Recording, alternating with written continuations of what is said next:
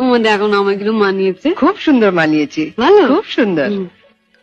আমি এই শাড়িটা নিয়ে যাচ্ছি, রন্টুর বৌভাতে পরে যাব। শোনো, রাত্রিবেলায় ভালো করে আমি এসে সুটকেসটা ঘেটে দেখবো, কিছু যেন শরীর রেখো না। মা, নজর রেখো। শাড়িটা রেখে যাও।